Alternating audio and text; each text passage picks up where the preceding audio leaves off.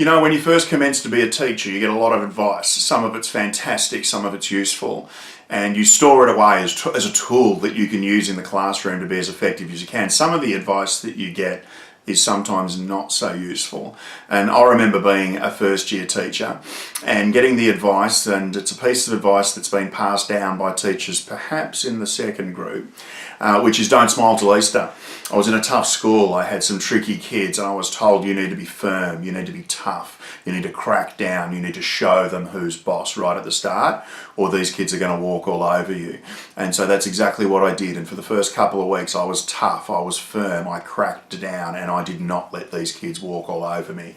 And I was just about ready to resign. It just didn't feel like I was having fun, it didn't feel like I was making a difference, it didn't feel like I was connected to purpose, and I thought this has got to go, this has got to go. What I need to do is to be fair. I need to get relational. Now, most teachers will tell you that the most important imperatives they have is to build relationships, because if we teach through those relationships, our expectations can actually manifest. So what I did in the end was I said, I've got to get fair now. So what I wanted to do was to listen. I wanted to share some of my story. I wanted to play some games. I wanted to make time for them. I wanted to encourage them. I wanted to connect with them. I wanted to get to know them.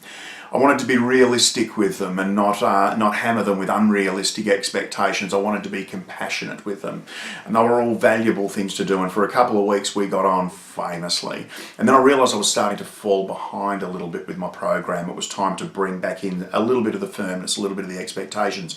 And the students didn't like that because I kept moving backwards and forwards. And I found myself tempted to go back to cracking down, not realising that what is actually in place here is a reminder that what we need to do is to not be super firm, not just be 100% firm, and not just be 100% fair in the way we work, but what I need to do is to be both. I don't sacrifice one for the other, I maximise both.